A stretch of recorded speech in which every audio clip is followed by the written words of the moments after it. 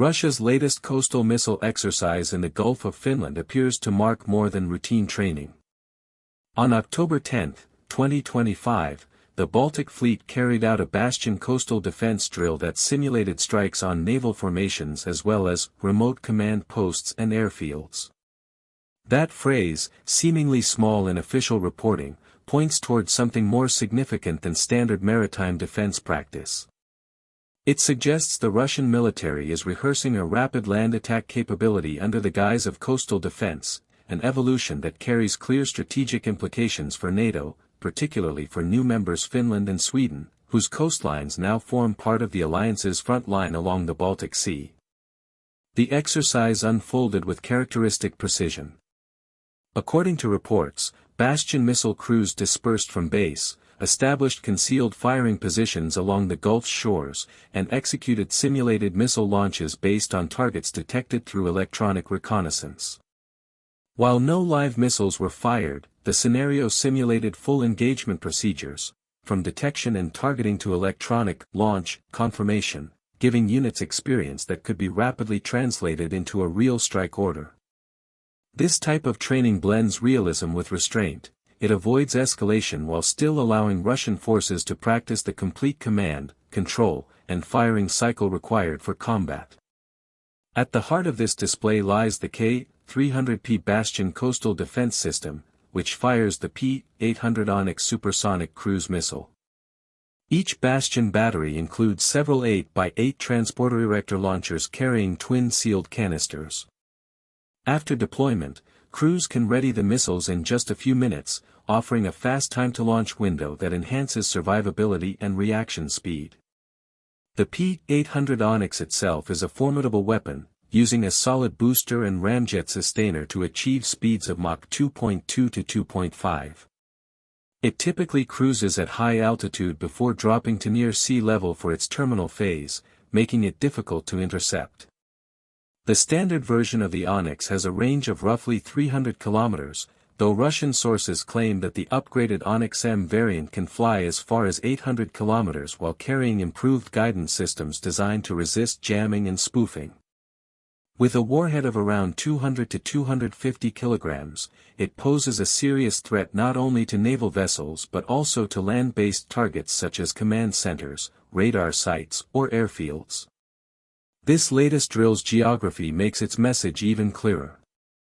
The Gulf of Finland, a narrow stretch of water separating Russia's western approaches from Finland and Estonia, has become one of the most sensitive fault lines between Russia and NATO. Since Finland joined the alliance in 2023 and Sweden followed in 2024, Moscow has faced the reality of NATO territory flanking both sides of the Baltic entrance to St. Petersburg.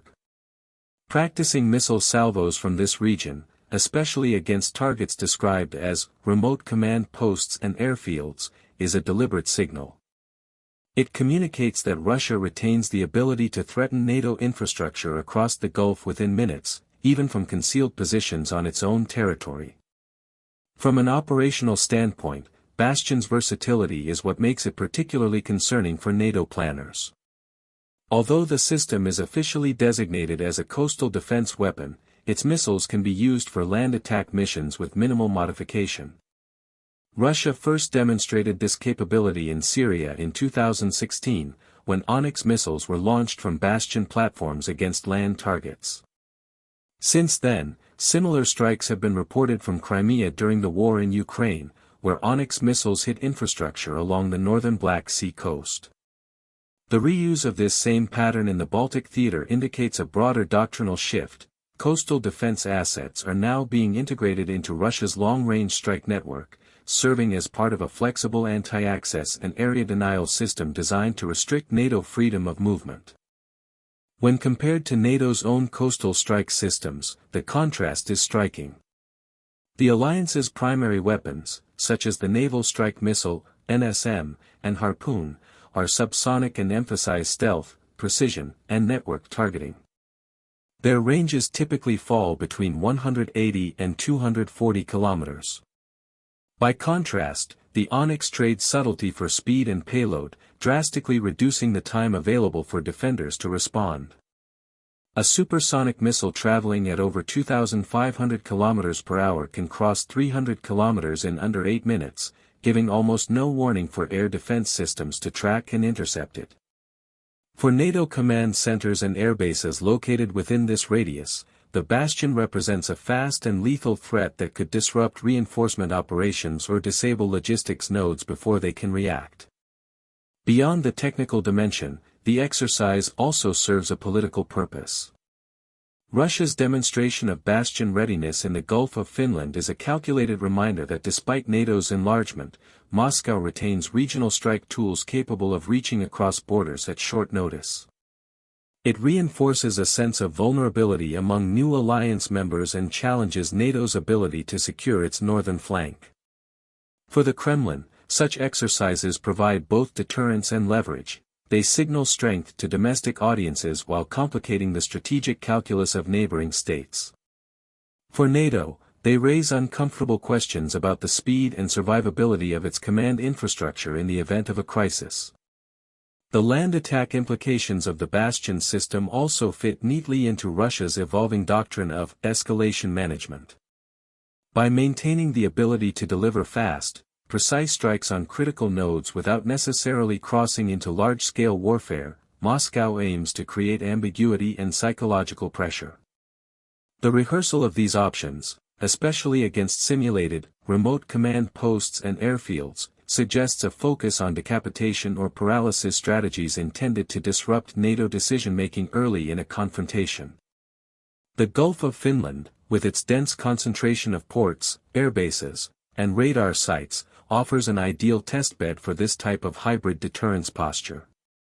For NATO, countering this emerging threat requires a combination of technical and organizational adaptation. One step is to improve the survivability of regional command and control centers by dispersing them across multiple locations, making them harder to disable with a single strike. Another is to strengthen intelligence, surveillance, and reconnaissance coverage across the Baltic region to detect Bastion batteries as soon as they deploy. Because the system is mobile and can hide in forested or urban terrain, rapid detection and continuous monitoring are essential. The alliance must also invest in layered air defenses capable of engaging high-speed cruise missiles at various altitudes. These measures are expensive and politically sensitive, but the alternative, leaving command nodes exposed to sudden supersonic attack, is far more costly. The Russian drill also underscores the importance of transparency and communication to prevent miscalculation. While Moscow claims such exercises are defensive, the inclusion of land attack scenarios inevitably raises alarm across the border. The challenge for both sides lies in managing escalation. Too much secrecy or provocation risks triggering reactionary measures, while excessive openness could erode deterrence value. In this sense, the October 2025 Bastion exercise serves as both a military rehearsal and a diplomatic test case for how Russia and NATO will navigate their increasingly militarized shared neighborhood. Ultimately, the Bastion exercise along the Gulf of Finland represents a convergence of technology, geography, and strategy. The system's combination of speed, mobility, and precision offers Moscow a flexible instrument for shaping regional security dynamics. It allows Russia to signal readiness, deter perceived threats, and maintain leverage without necessarily firing a shot. Yet that same flexibility makes it dangerous. By practicing simulated strikes on command posts and airfields, Russia has shown that it can hold key NATO infrastructure at risk under the cover of what it calls routine defense training.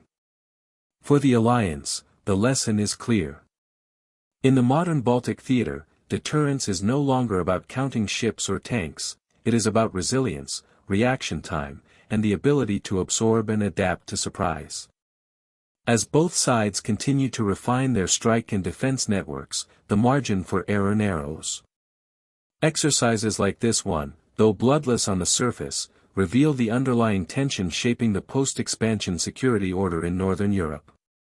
The Bastion system may officially be a coastal defense asset, but in practice, it now symbolizes Russia's evolving capacity to blur the line between defense and offense, between practice and preparation for conflict.